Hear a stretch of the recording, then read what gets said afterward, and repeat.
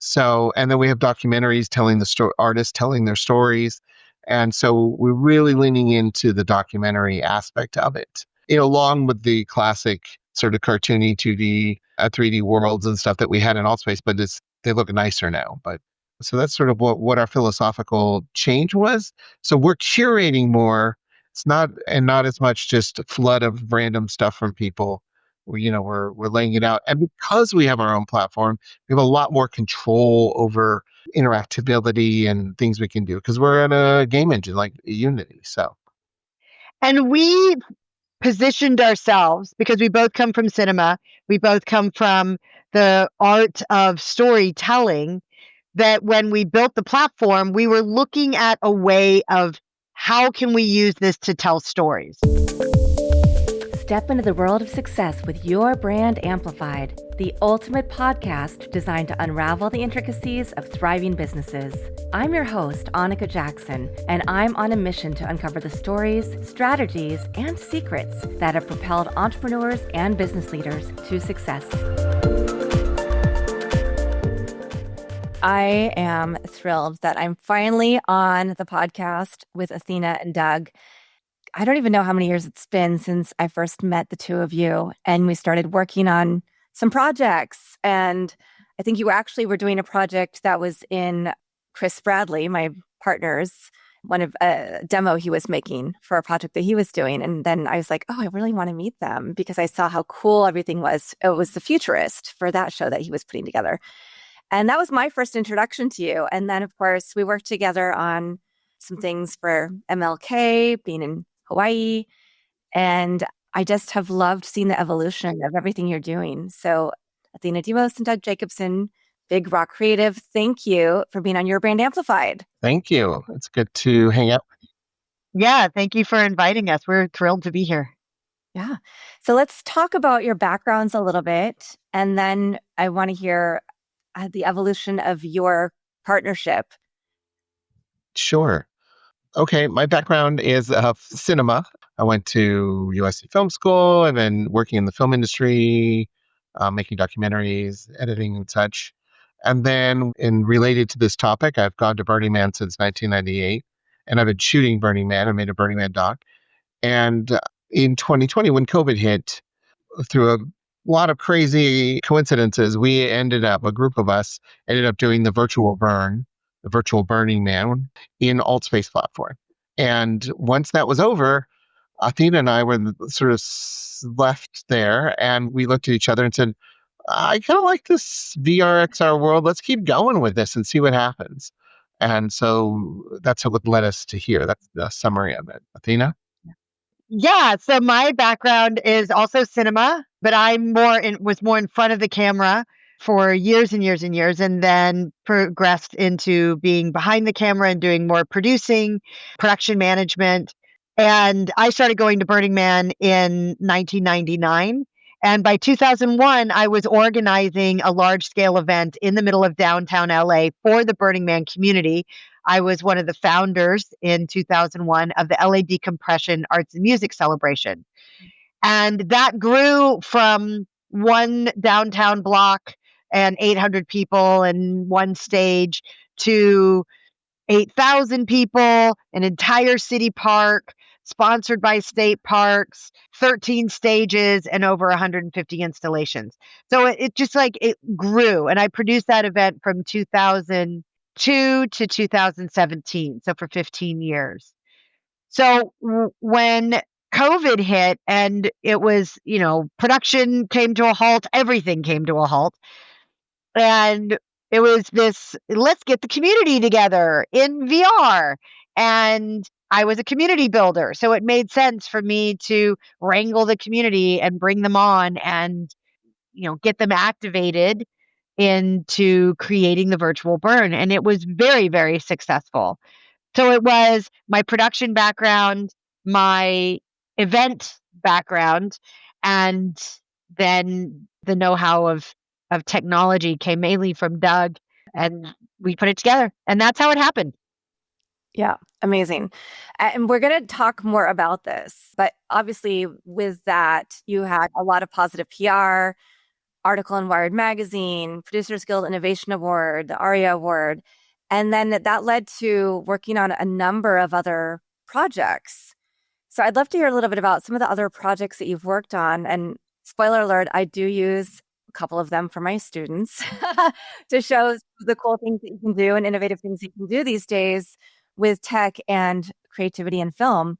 But I'd love for you to tell this audience about some of the projects that you've done. And then when did you decide to turn to the app, the community, to this bigger picture and evolution of that first Burning Man experience? Microsoft started teaming up with us. We were on a Microsoft platform called AltSpace, which is a social VR platform. What that means is it's like a video game with no plot.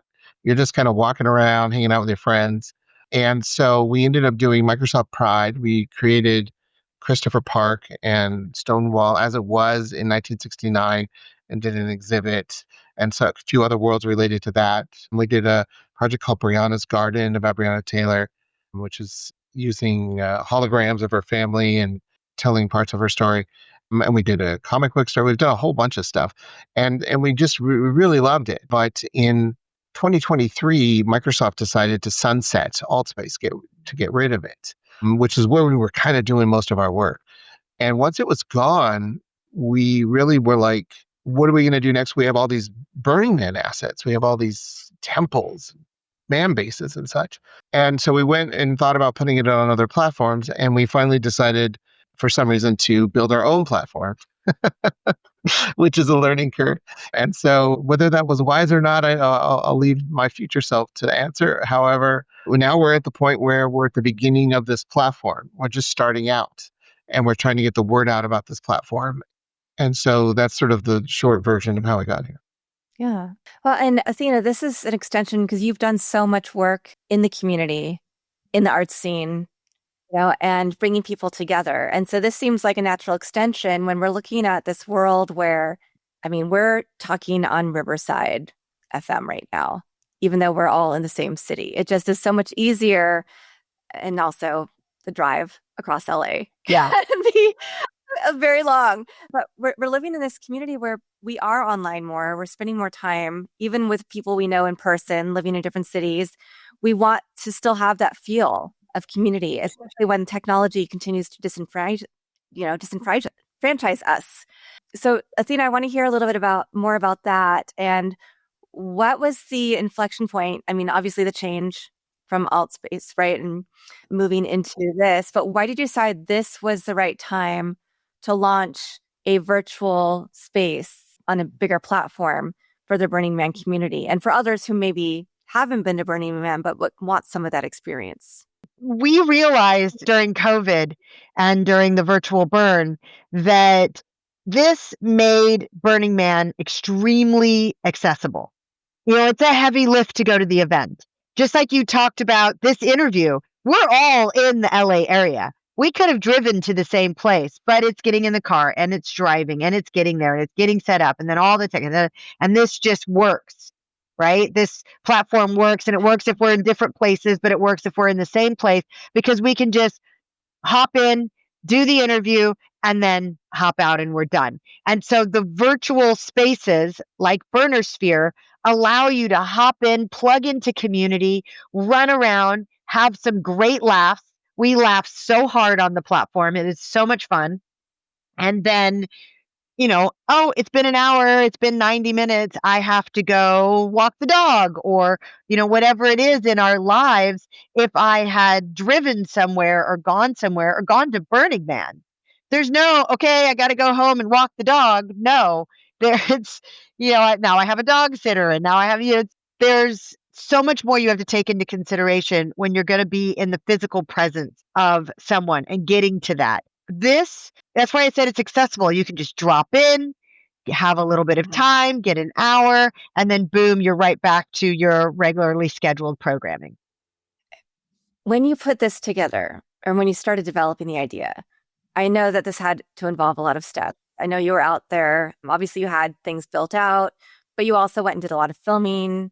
So talk us through some of those initial steps to creating the app in the community. Well, one of the big differences between what we were doing in Alt Space and what we're doing now is that we really wanted to combine documentary more with and live video, real video with the virtual space. So we went out and shot a bunch of the virtual formats, 360 bubbles and 3D video, and we've littered the whole app with these kind of triggers that open up these videos, so you can see a moment in time out at this event and give you that sense of being there. Always saying like, here's an art piece you see in the app, but now here it is out as it was in Playa, and really connecting that there's a huge amount of effort to build these things out there. So, and then we have documentaries telling the story, artists telling their stories. And so we're really leaning into the documentary aspect of it, along with the classic sort of cartoony 2D, 3D worlds and stuff that we had in Altspace, but they look nicer now. But so that's sort of what our philosophical change was. So we're curating more. It's not as much just a flood of random stuff from people. We're laying it out, and because we have our own platform, we have a lot more control over interactability and things we can do because we're in a game engine like Unity. So, and we positioned ourselves because we both come from cinema, we both come from the art of storytelling, that when we built the platform, we were looking at a way of how can we use this to tell stories. At its core basis, it is a immersive storytelling platform that we can reskin for anybody's story. We could, we're telling the Burning Man story right now, and we went and we filmed in these immersive formats, and we keep trying other formats, figuring out how to plug it into these rendered worlds so that it can tell the story. Every brand has a story. How do we tell your story in a way that's engaging and compelling? And so that is what we've done for Microsoft, T-Mobile, Google, the United Nations, and many other brands. But those are our flagship ones. And it was all about storytelling. And we wanted a better way of telling stories, and that just wasn't out there. We were hacking it together on these other platforms, and we decided by building our own, we would have, as Doug said, we would have more control of the interactivity of how the story was being told and how to plug in practical footage, filmed footage from an event or a set or a show or whatever into these rendered spaces so that we combine physical and digital realities. I do see this when I go to conferences, even AI conferences, them talking about having more opportunities and more maybe democracy to live in these different worlds while also living in the physical world. So I just wanted to note that because I think this is something that people are wanting and that they're going to keep striving for. And you guys are already at the forefront of this. And well, please. I mean, we're sort of like, it's sort of exciting to say, okay, what is sort of another kind of entertainment, another kind of documentary where you walk around and discover pieces of the documentary as you explore a 3D space. And that got us kind of excited. There's some people doing this right now, and I find that space kind of in the future a little exciting. It is hard to get people's head around it a little bit. It's very much a show, not tell. So we're here talking about this virtual thing we made, and people at home go, yeah, I get it. But when they actually go in the VR headset or 2D on their Mac or PC, they don't need a VR headset, by the way. They're like, oh, I understand now. I walk over here and I trigger a video, and now I'm learning about the space. And what's also interesting about Burning Man specifically is that it's an event governed by 10 principles of philosophy. And so bringing these 10 principles of philosophy into a virtual space is something we're dealing with, sort of challenged with every day. And it makes it so that we can't have any corporate sponsors in the app, and we do things in a certain way. And this is very much a bootstrap effort. This is like, by you guys coming in and subscribing, you're helping this project that is very homegrown. It's not a corporate project at all. So you're sort of investing in this community that glues together all these other Burning Man communities. And it's a large experiment, and anyone who comes in and participates really helps us out, pay for server costs and other things. We don't even refer to it as a subscription anymore. because it's really at Burning Man, everybody pitches in for whatever their camp is providing for the city. And that's called camp dues. And so you pay for the greater good of the whole. And so we looked at it the same way. Like you're becoming a member of the camp and you're paying your camp dues. And that helps us create the gift for the wider community. And for burners, they want to share this with their parents or share this with friends who can't go out there. And there is a long list of reasons why people can't go to Burning Man. Sometimes it's health, sometimes it's time, sometimes time of year, and lots of times it's money. And this just makes the ability to share this thing that means so much to you with so many other people in a shared experience, engaging way. It's immersive, social, virtual reality on your computer or in your headset. Everyone's together. It's a little bit of everything. So we've decided to couch this more from this is your contribution, this is your gift to making the whole happen. Yeah, I love that philosophy, that way of looking at things. And because I'm sure there are a lot of people listening who are not as familiar with Burning Man, or maybe they've heard about it, but they think it's a party in the desert. They don't understand which it can be, right? But there's so many other elements of it.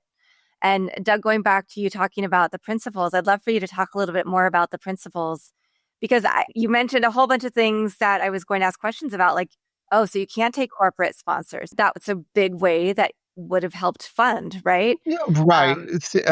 And I'm going to turn this over to Athena because she is the principles queen. Like she gives talks on it, and it's one of her favorite topics. And so we're going to have her do something short about it. But when you're in the bubble of Burning Man, when you're in the event, there's no, you don't go up to a camp and get tickets and pay for things. And the concept is that everyone is participating as a gift. So it's sort of a gift society as opposed to a barter society where I give you something and I have an expectation of something in return. In this case, it's a gift society. So within the context of the app, we have to also do that. There's no corporate logos. There's no corporate sponsorship there. There's no t-shirt vendors. And so we're bringing all this kind of to the app, which limits our ability to sort of monetize certain things, but we're going to lean on the community more to support the project. But I'll turn I'm going to have Athena give you the 10 principles. Go. Well, I mean, you did a great job describing decommodification. So decommodification is a made-up word that Larry Harvey created to describe the removal of sponsorships and promotion so that we're not beholden to a corporate infrastructure, that we're free to be creative, art for the sake of art to build together. So real fast, my favorite principle is communal effort. Communal effort to me has all the 9 other principles tied together into the 10, because communal effort says you're going to create something larger than you can do yourself, which means you're going to invite participation, which is one of the principles. Everyone gets to participate into the project. In that participation, you are going to be more radically inclusive and they are going to feel radically included. Radical inclusion is one of the principles. You can't be like, oh, I need your help, but not you. Like, I need the help that you have, but I'm not going to include you. No, you're going to include them because it's all for the project. And then when they are participating, they get to radically express themselves. Radical expression is a principle. They learn new skills, so they become radically self-reliant. And all of this is a gift. We're giving this gift of ourselves to the project, to whatever it is that we're building together, and to the community. And in order for that gift to be given unconditionally, a condition would be a commodification. And so therefore you have to decommodify the gift in order for it to be given. In fact, the greatest gift you could give is just receive the gift given. All of this we do under the umbrella of leaving no trace. We want to keep this planet as better than it was when we got here, which actually is now not even possible, but we try. And it's our civic responsibility to do so for the community that we represent that is on our platform. And those are the 10 principles. Wow, you really wove them into. All right, well done. Bravo. Thank you. You would think I talked about these once or twice. That's why I like. Yeah, Once or exactly. twice. But commodification is the one that's always stuck. I do want to have a differentiation though. We have Burner Sphere, which is decommodified. That Burning Man project that is on our platform is decommodified. Should, say, hypothetically, some big studio like Disney, hypothetically, want to utilize our software to tell one of their epic stories on, then we could commodify it. We could, like, everything is in place for us to have product placement and advertising and promotion and sponsorships, but we just don't have that in Burner Sphere because that would go against the principles. But for the platform itself, those elements are in place for when we do partner with a studio and tell one of the epic stories. Or a museum. I mean, Ooh, there's yeah, certain museums. places that these kind of storytelling mechanisms thrive. You know, if we were going to do a Civil War app, we would be able to recreate or scan the Civil War fields and have pop up exhibits and such. So there's a lot of use for this kind of platform. The use cases that we're coming up with doing it as Burning Man is applicable to others. We just have this firewall where we have, this is sort of a sacred project. It's sort of walled off from everything else we do, and it operates under these temperatures. And Burning Man's very excited to use this to show people what it's really like out there and what the 10 principles are, and explain to people that this is not just a naked crazy party in the desert, but that there's actually a lot of art out there. We have artist talks come in and stand next to their art piece as it was out there and tell us the story of each artist and every story. And there's thousands and thousands of art pieces over the years, so it's going to be a never-ending project. And we give tours and all kinds of stuff. Yeah. Was going to ask how connected this is to Burning Man and how much sign off did you have to get and buy-in? A lot. We had to get their complete sign off and buy-in. In fact, we do have an agreement between us and them in writing of exactly what we can and cannot do, and upholding the principles is, of course, at the forefront of the agreement. But they see this as a way of building bridges to other people and communities that want to participate and are looking for a way of tying in. So they're 100% on board with what we are doing. We do share all the videos that we film at Burning Man. We share that with them so that they can see what it is that we're putting into the app.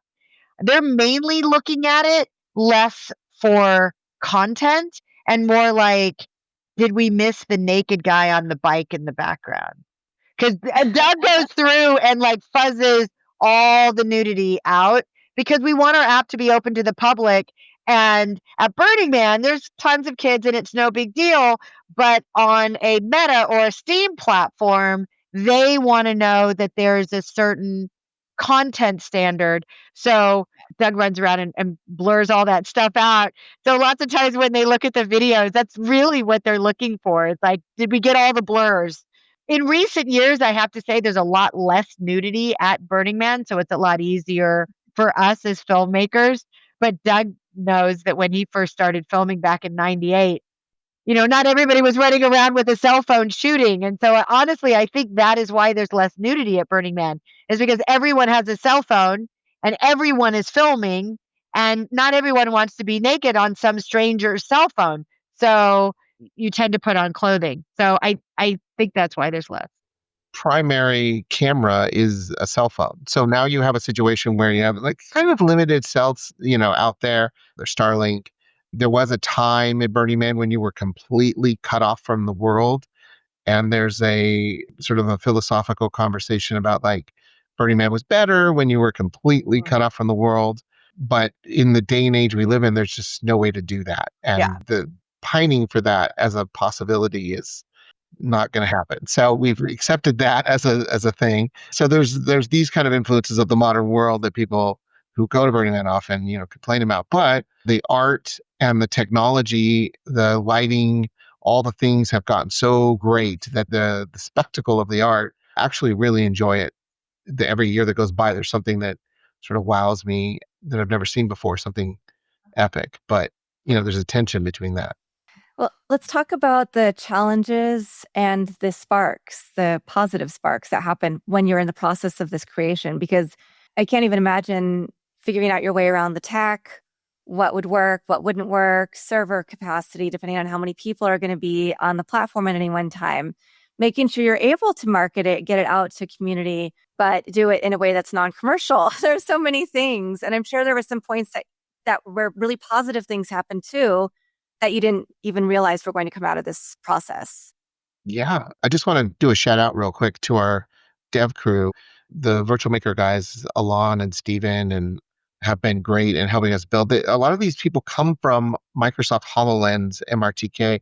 So they're already thinking in a 3D space. Bo, our UI guy, is incredible. And we really early on with him had this idea that instead of having headlocked menus popping in front of your face like an alt space, that all of our UI would be something you spawn in the world. So a friend browser spawns as a physical machine in front of you. So we're trying to rethink some of the typical social VR cliches. And we've been in there with people and just having a great time. And sometimes somebody will actually see themselves in one of our videos accidentally.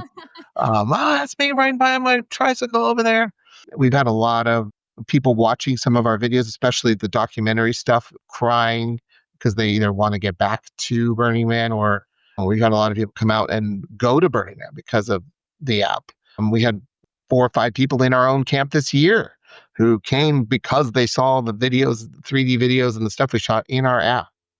And in fact, when we went in 2022, after doing the virtual burn 2020, 2021, and 2 full years, and there was probably well over 100 or so people that came to Burning Man for the very first time that were virtual burners first. That they had done the virtual burn, that they had done BRCVR, that they had learned about the city shape and where everything was. I taught newbie orientations inside the virtual world. And from that, they were so better prepared, more radically self-reliant for their Burning Man experience than they would have been if they were just going cold. Yeah. That's such a gift, because I just remember one of my best friends who's part of a big community in LA. And the first time she went with a girlfriend, they were completely unprepared. They did not have enough water. They did not have enough food. They had a tent that blew away. Like, you're out in the elements. And so you really have to come prepared. And so just even the fact that you could do that in a virtual setting, and that inspired people to make sure that they were prepared and that they could fully accept the experience for and make the most of the experience when they actually got to physically be there. Yeah. It's something that's evolving now as we go forward in time with this kind of virtual space. People are learning all the inside jokes and learning about the art and the city and the way things operate in the different departments of Burning Man. And one thing we didn't touch here that is also going to be very important in the app is that most of the world can't go to Burning Man. And there's these regional events all over. No matter where you live, close to you somewhere is a regional Burning Man event, whether that's nowhere in Spain, Africa burn, Athena went to a China burn, or, Texas. They're all over the place. And we want to start bringing those communities in and giving them their own space, because that's the interconnection of the rest of the world who will never make it. But we can still explain the philosophy and show what's going on, even though they'll be in a forest for theirs or whatever.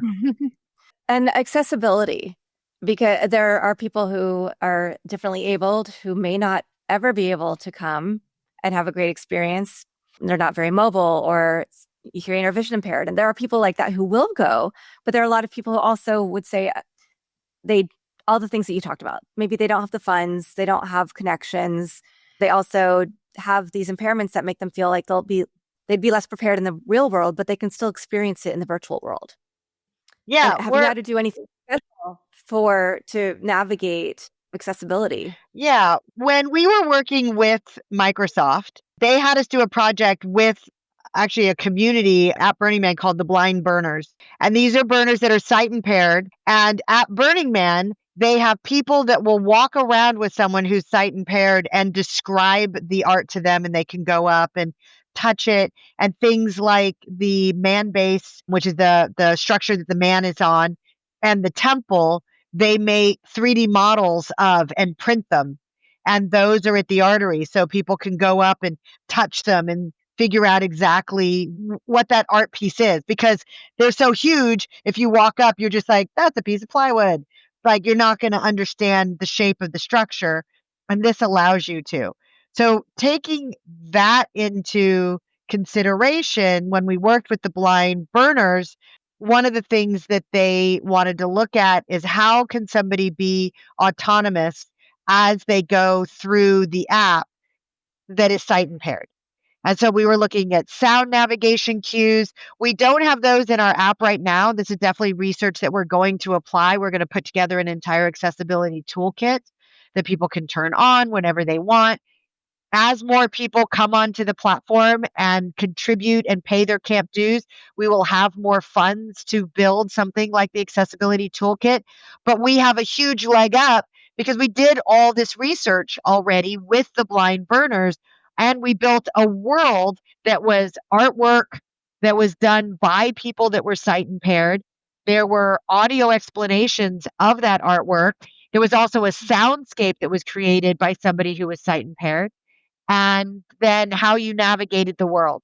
And so I would love to put all that into our current app. And then we have people that are hearing impaired. That is talk to text, which then unlocks the door to talk to translate. And you can be able to do talk to text to translate, which takes down language barriers. That's also an accessibility aspect, is that we have all these languages all over the planet, and we can remove the language barrier so that I speak in my native tongue and I hear in my native tongue, but you hear in your native tongue, and we have no barrier to communication. And now that technology is actually out in the world. When we first started doing this, it was something we would have to build. Now it's something we just have to API into our app. We have to just adapt it. And then near and dear to our heart is the accessibility of mobility, of being able to move around inside the app. We have a very close friend of ours that is quadriplegic, and always in the back of our minds is, how do we get this to work for him? Because if we get it to work for him, there's a whole world of people out there that would then get to participate. Mm. I think about that topic a lot. I've had some other guests on, and just thinking through the challenges people have, but how much richer their lives are able to be when people think about 20% of our population who does have some kind of impairment. Yeah. Yeah. And we've had people who are wheelchair bound or other kinds of impairment. Maybe they went to Burning Man once in the past, maybe they didn't. But this is a great way for them to sort of be on the virtual planet. And this format of 183D really gives you a sense of scope and like you're really there. And I think it's a powerful way for people to feel like they're back on Playa. And if you've never been to Burning Man and have not as much interest in the event itself, you still will have an maybe interest in art, in music and dance. There's a lot of element to the event that anybody could enjoy. It's not just specific to people who have been to Burning Man. There's a lot of burner curious who always come up to us. I've always wanted to go. I've heard about it. And they come into the app to kind of get up to speed. And there's some people that just want to experience the large scale art. And this gives them the opportunity to check it out, to see what it was like, to walk inside of a bubble, and then you're there immersed in a moment in time that actually happened at Burning Man. So you can have this concept that this was a physical thing that got built, not just a digital model that came out of somebody's mind, but that it came out of somebody's mind and a whole bunch of people got together and then they built this crazy thing. And then this crazy thing had interactivity and the community all got involved with it. And then we can show all that with a community in a digital space. Because people are always asking us, like, AI art. Well, here's the thing, like, you can render an AI art chat, but this person went out with his crew and built this physically. And so there's another level there, But I want to use our platform for other things other places that really need to be more accessible. If I had it all my way, that type of statement, if I could just pick a client to partner with and they would be in it 110% besides Burning Man, would be the Smithsonian museums. I remember as a kid the privilege of getting to go on a field trip to the Smithsonian's and then going back as an adult and going to Washington D.C. and it's a big deal to be able to do that, and most people can't. And those museums are extraordinary. So I would love to utilize our platform to bring all the Smithsonian museums as sort of individual worlds in a single app as a way that anybody can now explore it. You can go into a bubble and a docent's walking you through an experience, and you can see all the different exhibits. You can learn about history. You can learn about science. You can learn about art and bring it to your classroom. Maybe you're a teacher and you're not going to be able to afford to take your class to Washington, D.C., or only the 30 students who sold the most candy bars, which is how I got to go. And I was one of the kids that sold the most candy bars. And therefore, I got on the trip that went to Washington, D.C., that went to the Smithsonian. I think my parents still had to pay for the plane ticket. It should be open for all. And they are, but they're not. These kind of things is where the future is going to be one way or another. You're going to be able to experience all these museums and outdoor live spaces and historical spots virtually and in a way that's engaging that it hasn't been as much in the past. So, yeah. Well, we're going to have burnersphere.com in the show notes, as well as the link to your website, because I do think this is a wave of the future. Big brands need to be thinking about how they can use your tech to create these environments. I mean, we see things like Roblox and games that have corporate companies coming in that sometimes seem like they're maybe a little off brand for both parties. But I think what you've created is something that truly can be inclusive and strategic. Some brands lend themselves, or so historic, lend themselves to justifying museums. Coca-Cola should have a Coke museum in a virtual space. Like certain brands that are very storied, and there should be a Rolls-Royce museum or a VW museum. Like some of these brands justify having an app that tells the story of that company. I remember we were noodling around with HP about recreating the garage that they were created in, famous garage. And, there's certain things that brands can do to show that they have the pedigree and the justification to have this past. And then also in another part of the app, walk into the present, the future. So it does make sense for certain brands to do this kind of thing. I just think it's organic. So there was a period of time, not that long ago, when only certain brands had a website, and it was just getting started. And I mean, really 20 years ago. And people were like, why do I need a website? I'm just a little mom and pop, whatever. Now you come up with a name for your company or your product or your brand. You secure the URL first. You make sure that URL is available. It's part of your branding of figuring out what the name is going to be before you even register your business. And so I think we're going to get to that point. And one more thing while we're on brand and marketing and discussion, which you seem really interested in. No, it's a whole lot.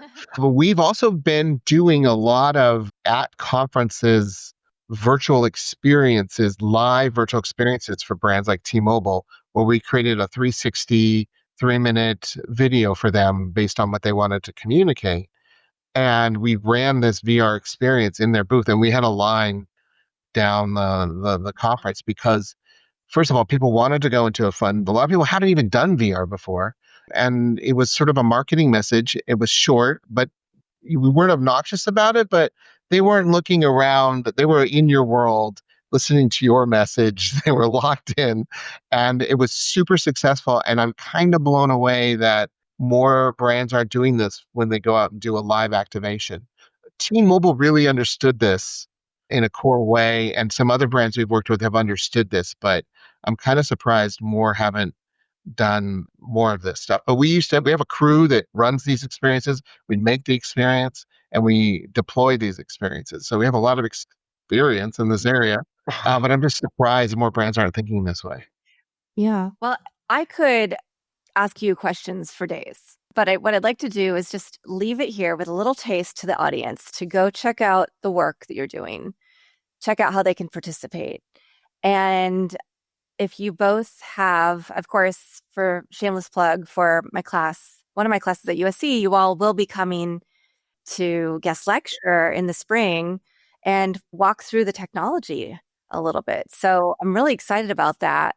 Sorry for those of you who are not in Southern California or don't go to USC for grad school, but there will be other opportunities. So I'd like to end with asking you each, do you have a favorite quote, mantra, verse, poem, motto, words that continue to inspire you to do this work that you're doing, to pour into community, to figure out really creative and innovative ways for people to convene and to make an impact? Oh man. I know that's So a question. That's a good that's question. quite a, it's sort of like a question at the end of the actor studio. You know, I will say this. At the end of the day, I have joked with people that it's a little lonely in the future, is that we're, trying things and we're trying to explain to people. But when it's all said and done, even if you didn't always succeed, the journey, it is a cliche, but the journey really is the destination in this way, because we're learning as we're going, we're failing at some stuff, and we're in an exciting part of the future, and we don't know where it's going to go, and we don't know if it's ever going to pop in a way that we want it to, but we know at the end of the day it'll be a great story. Athena? My entire life, I've had a quote from a movie, actually Willy Wonka, called "If you want to view paradise, simply look around and view it." And I feel like that is what we're doing. We're building the paradise that we want to view. And we can do that for not just our story, but for anybody's story. The streaming is down, gaming is up, and we're right there in the middle. We're gamified content with a message that tells a story that gets people involved. And it's our paradise. It's the paradise we want. We did an event a couple weeks ago, and somebody commented that this was the simulation they wanted to live in. And I was like, I love that. This is the simulation I want to live in. If we're all living in a simulation, might as well make the one we want to be in. Oh, absolutely. Choose your simulation wisely. Yeah. Amazing.